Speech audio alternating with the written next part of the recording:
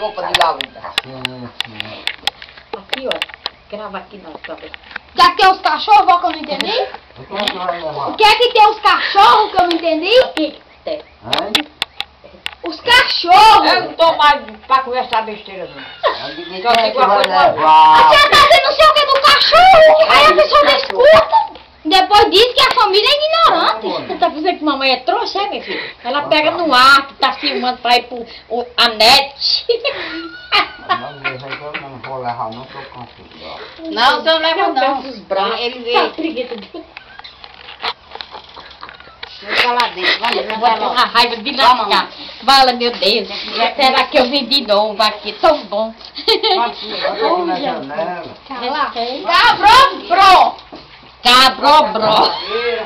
Que isso? É pré-moldado.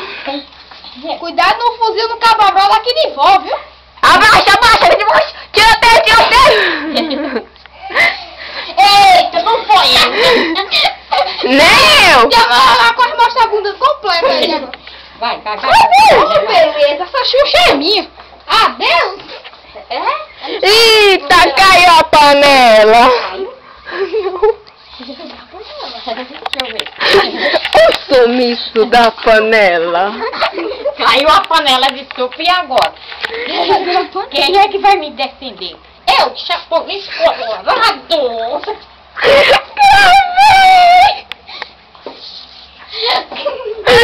Eu, Chapolin Colorado! Eita lá!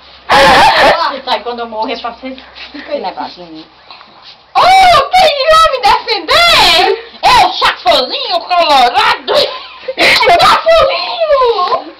Minhas antenas estão meus movimentos são friamente calculados. Meus movimentos. Meus movimentos são friamente calculados em termos de sabedoria. Minhas anteninhas detectam que eu tenho que ir.